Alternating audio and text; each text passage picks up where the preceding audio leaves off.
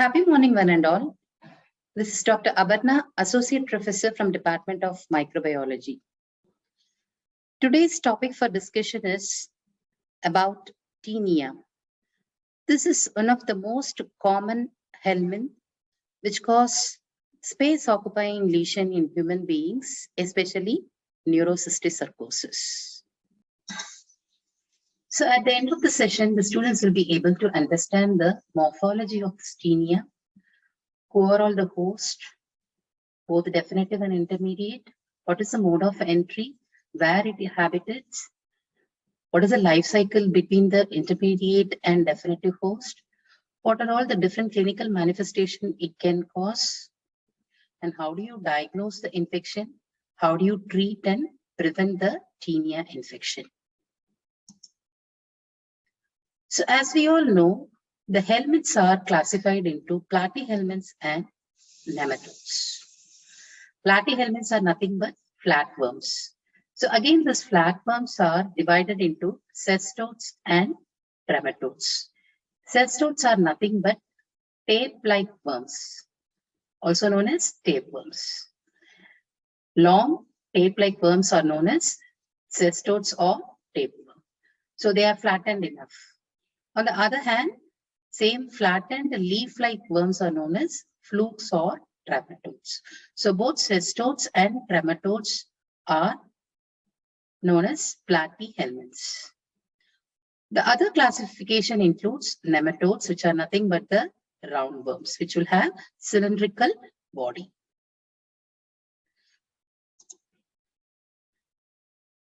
So here we can discuss the important properties of cystodes, nematodes, and nematodes. So as we all know, cystodes are nothing but flattened tape-like organisms, that is tapeworms, which are segmented in nature. On the other hand, nematodes are again flattened leaf-like organisms or flukes, which are unsegmented. Nematodes are cylindrical in nature and they are also unsegmented. So the sex distribution here is only the nematodes are dioecious. They will have a male and female worm separately. But in case of cystodes and nematodes, both the sexes are in the same organisms. And when we come to the suckers and hooks, it is almost present in cystodes. We do have suckers only in nematodes. Hooks are not present. And we don't find any suckers or hooks in case of nematodes. And in nematodes only, we do find some body cavity with a complete alimentary canal. Since there is no body cavity, we don't see any alimentary canal in cystodes. And if at all it is present in nematodes, it is only incomplete. So we do have a cylindrical body with a body cavity with the appropriate complete alimentary canal only in case of nematodes. So the life cycle is completed in between two hosts only, one intermediate and one definitive host. In case of nematodes, the host number is increased. We do have one definitive host and two intermediate hosts here. But nematodes complete their entire life cycle in only one single host.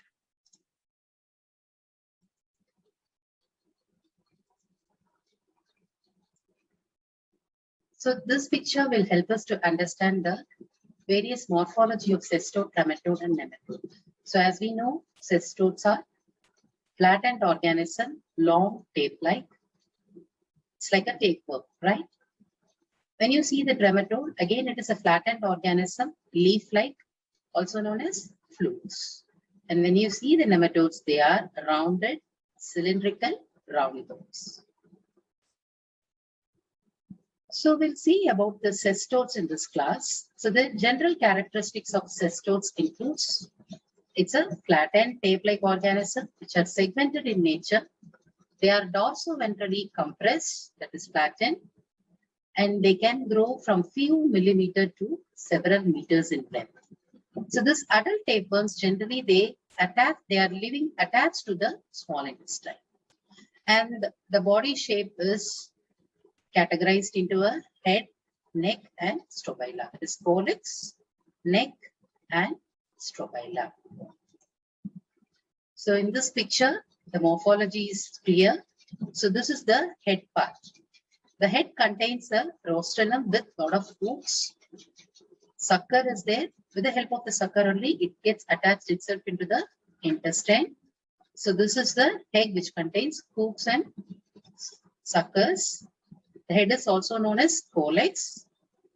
And the one which is connecting the head to the body is known as the neck. And the body is made up of a lot of proglottis. So we do have three different types of proglottis. One is immature, next one is mature, and the last one is gravid. Okay. So the gravid proglottis will contain the eggs of the tapeworm.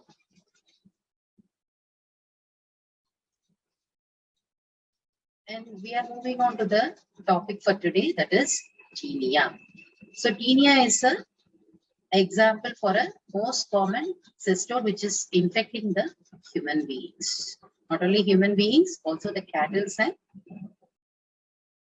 so different types of species are there. One among the species is Taenia Sarginata. It is also known as beef tapeworm or unarmed tapeworm of man. Okay, Taenia Sarginata. It's also known as beef tapeworm or unarmed tapeworm of man.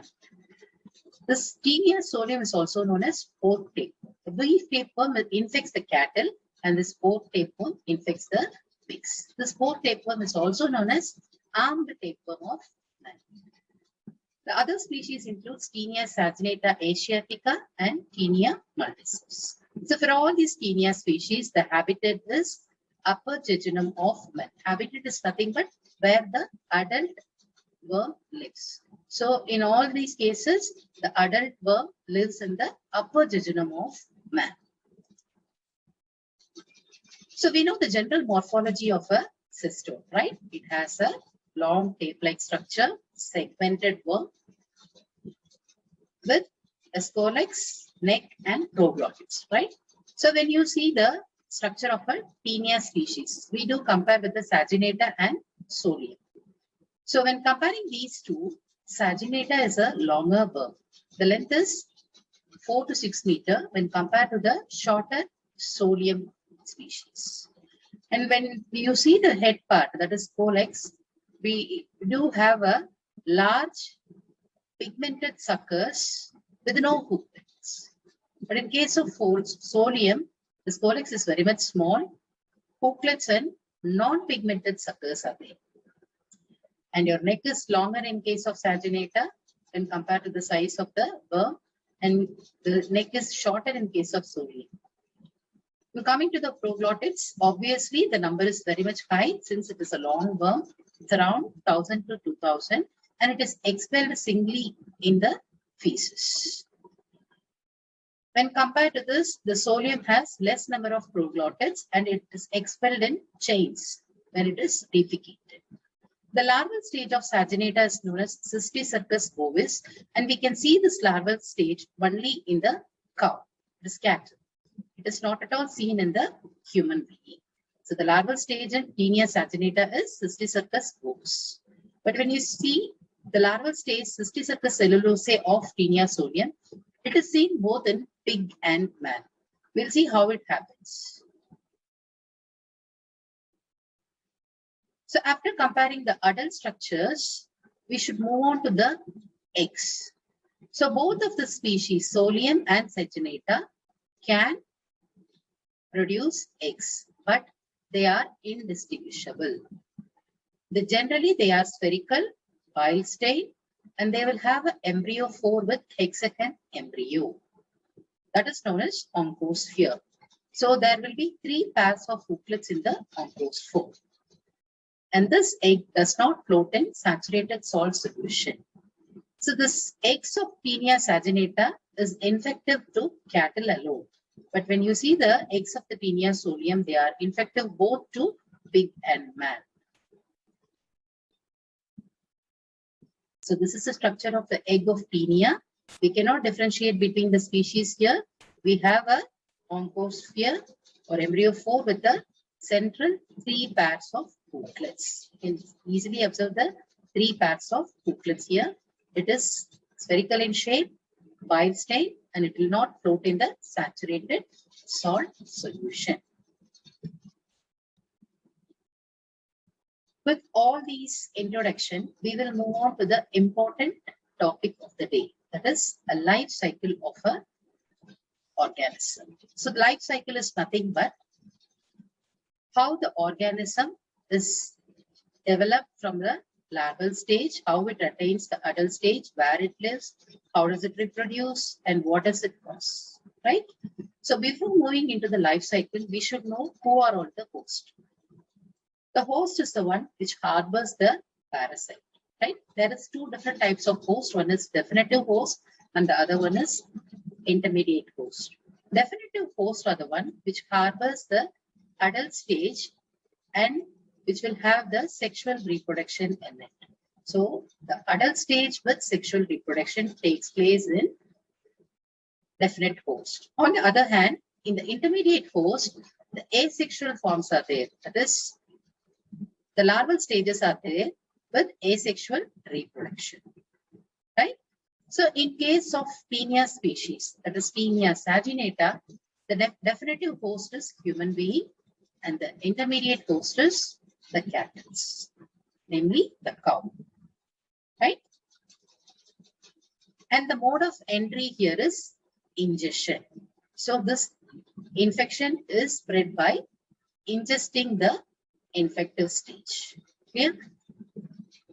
So the larval stage, the Systoles bovis, which is present in the muscles of the cattle, is the infective stage for human being. So Systoles bovis is the infective stage for human being. When humans are getting the infection by ingesting raw or undercooked infected meat, that is beef, he will acquire the infection. And he is taking raw or undercooked beef, the beef may contain a Systoles bovis.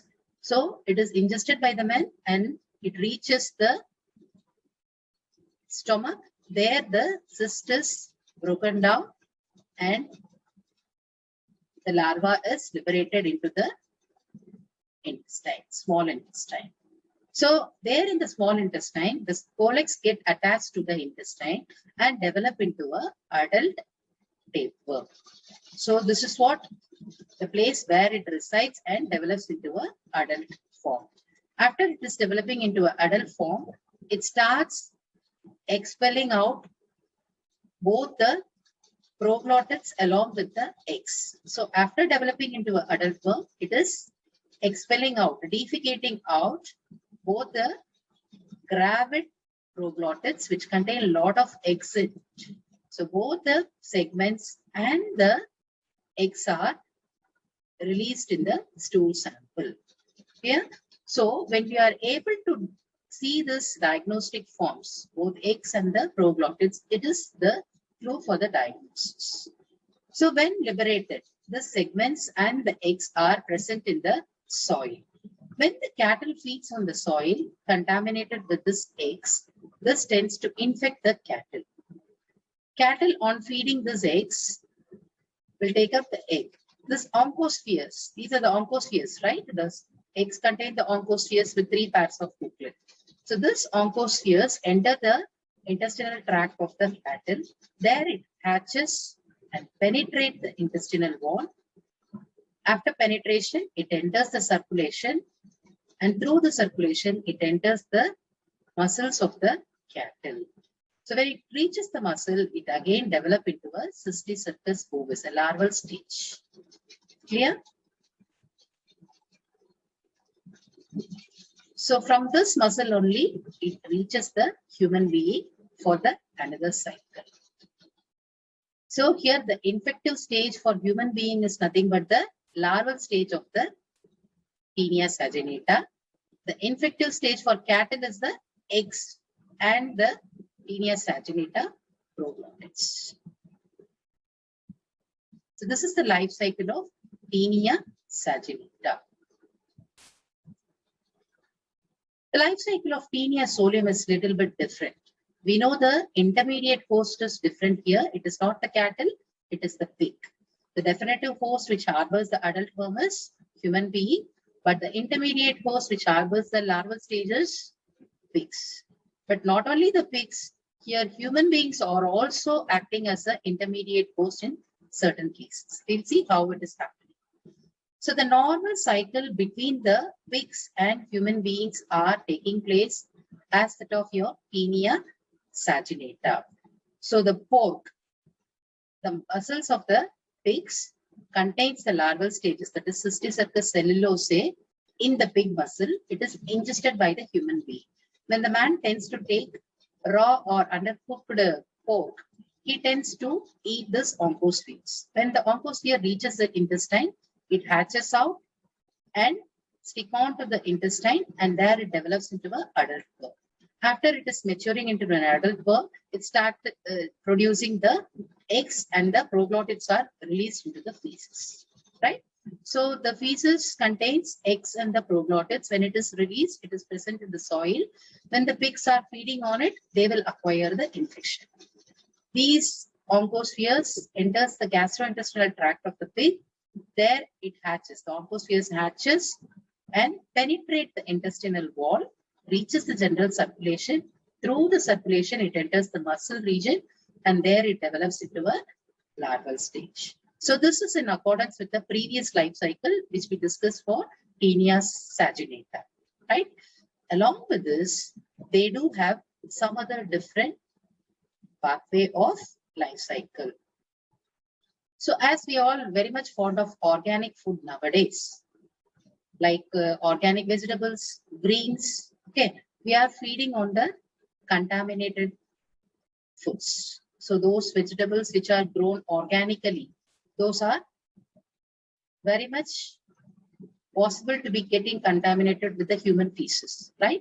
So there is a possibility of taking these infective stages of eggs and proglottids by the human beings also. So by taking a contaminated vegetable or green leaves, we are taking the eggs and the proglottids.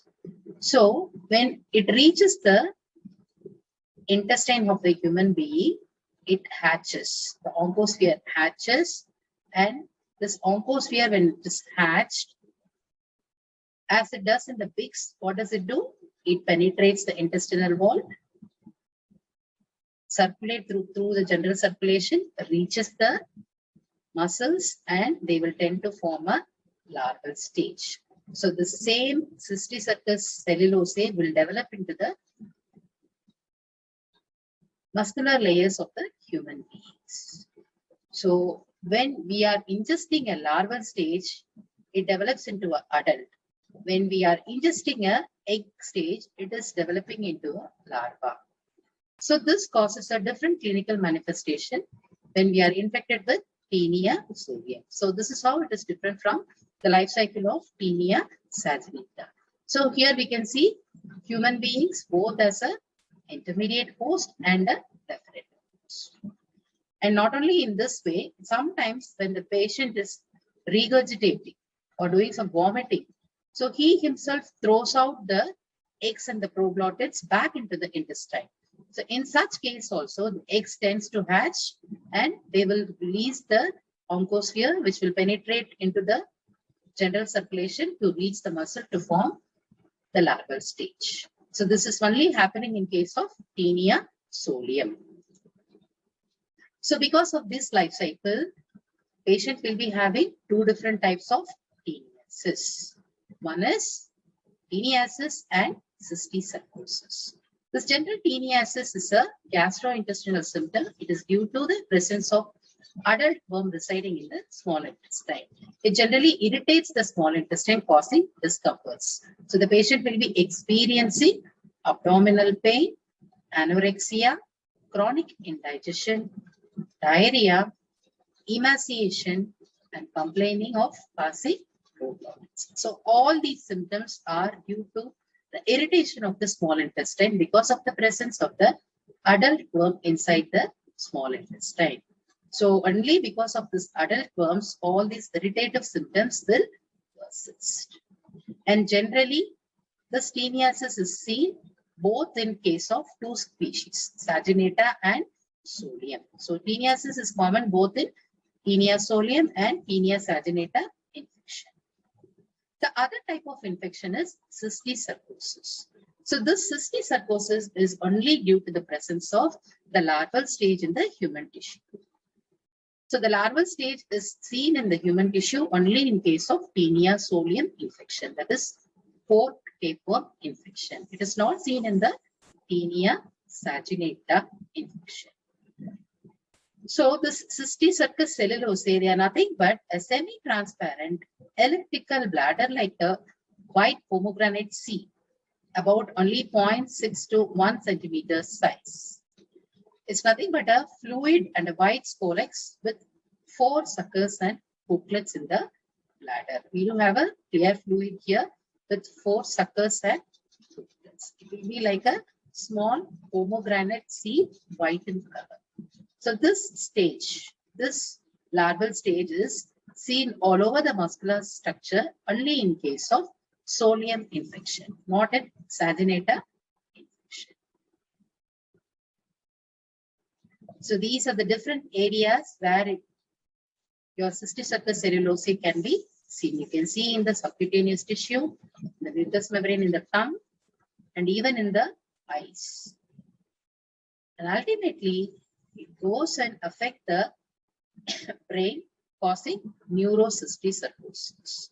So this is the most commonest infection, space occupying infection in India due to a parasite. This neurocysticercosis. So how do you diagnose this condition? The diagnosis of teniasis is very simple. We can demonstrate the characteristics of eggs or demonstrate the gravid or proglottis systoles in the human feces. So teniasis, as we know, it is a infection of the gastrointestinal tract only by the adult worm. So we should demonstrate the parts of the adult worm, segments, or we should demonstrate the presence of characteristic eggs. The egg characteristic is very much unique. It is a spherical, double-layered egg, which is bile stained, that is yellow in color, and they will have an oncosphere with 3 pairs of proteins. Apart from this eggs, we can demonstrate the scolex with rostellum, like hooks and suckers will be seen here. Along with the scolex, sometimes we may see the segments of proglottis also. So this is the structure of the eggs.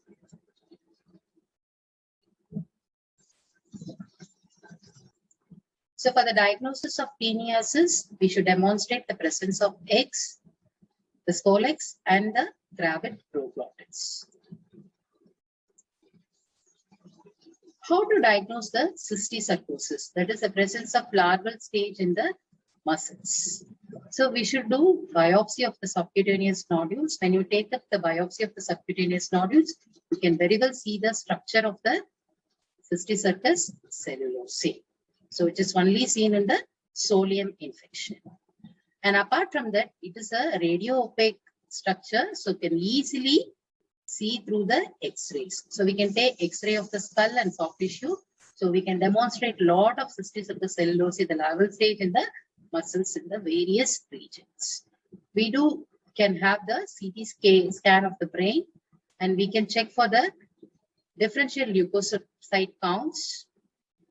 And we can also confirm with serological tests like IHA, IFA, and ELISA. Immunofluorescent assay, hemagglutination assay, and ELISA. So how do you treat the case? So the treatment of choice is praziquantel and niclosamide. So it is very easy to treat the case. You can give the patient praziquantel and niclosamide, but it should be cautious in nature. We should avoid nausea and vomiting and give purgatives also. So what is the need for giving purgatives and avoiding nausea and vomiting? Because of the threat of this cysticercosis. So in solium infection, patient tends to regurgitate the eggs and the gravid proglottis back into the intestine, and it hatches there.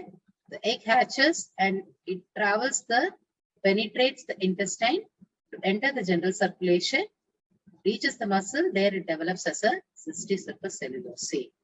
So to avoid that, we have to give some antiemetics and we have to remove the contents of the intestine by giving some purgatives while giving the treatment for this Taenia infection. We may not know the patient is either infected with Taenia saginata or Taenia solium. So when you're going to treat the patient with Taenia, always treat them with some antiemetics and purgatives. So praziquantel and niclosamide is the drug of choice here.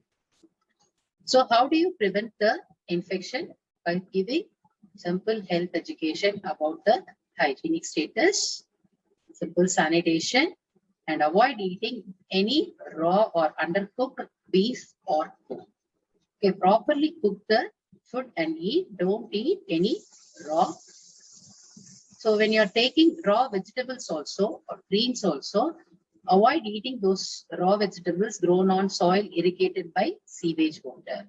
See, even cystic cellulose is much more dangerous than the teniasis. Teniasis can be easily treated, but it's very difficult to cope up with the cystic cellulose, that is cysticercosis. So avoid pigs eating human stools. So this causes the completion of the life cycle and the infection is easily spread. So please avoid the eating of raw and undercooked beef or pork. Avoid eating raw vegetables when they are grown in the soil irrigated by sewage water, and avoid pigs from eating the human stool.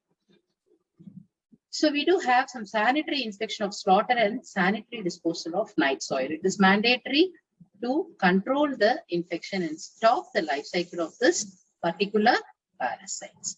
So proper health education on this matter will tend to reduce the incidence and prevalence of this particular infection. To summarize, today we have seen this different species of Taenia. First one is Taenia saginata, which is also known as peat paper. It is responsible for intestinal weaknesses in human beings.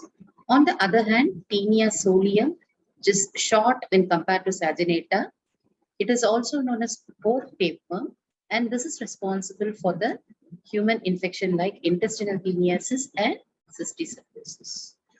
Also, we discussed about the definitive host and intermediate host. Definitive hosts are the one which harbors the adult stages of any parasite and in which a sexual reproduction takes place. That is known as definitive host. Intermediate hosts are the one, on the other hand, which harbors the larval stages and in which asexual reproduction takes place. So when you see in this Taenia species, man remains the definitive host in all the species, in all type of infection. But when we look at the intermediate host, Saginata, it infects the cattle, that is cows. In case of sodium, both human beings and pigs are acting as the intermediate host. So for the completion of a life cycle, the parasite should ensure itself to undergo and complete the life cycle in both the hosts. Then only the life cycle will be complete. So the most common organ affected by Saginata is intestine, and solium infects both intestine and other muscular structures, and even central nervous system and eye also, because it causes the larval stages, that is cysticercosis, all around the muscles in the central nervous system, causing neurocysticercosis. So we can observe a lot of subcutaneous nodules here and there, and everywhere it causes the larval stage, incestation of the larval stage, that is known as cysticercosis. So the most common space occupying lesion that is prevalent in India is only due to the infection of Taenia solium, and it is nothing but neurocysticercosis. So the treatment of choice here is for cysticercosis is nothing but praziquantel and niclosamide. Okay, on giving treatment with these drugs, we should never forget to add some antiemetics and purgatives. And we know the reason why we are giving antiemetics. Because on giving treatment, the patient may have some nausea and vomiting, and they may regurgitate the intestinal content back into the stomach. So they may initiate the human cycle in case of sodium. So to avoid this cysticercosis infection, again, we are treating them with antiemetics, and we are emptying the gastric contents with the help of purgators. And before treating, we should think of prevention, right? So for prevention, we should avoid eating raw or undercooked meat, either beef or pork. And we should avoid eating raw vegetables or greens without proper washing. And proper sanitation and good hygiene helps us to prevent most of the parasitic infection.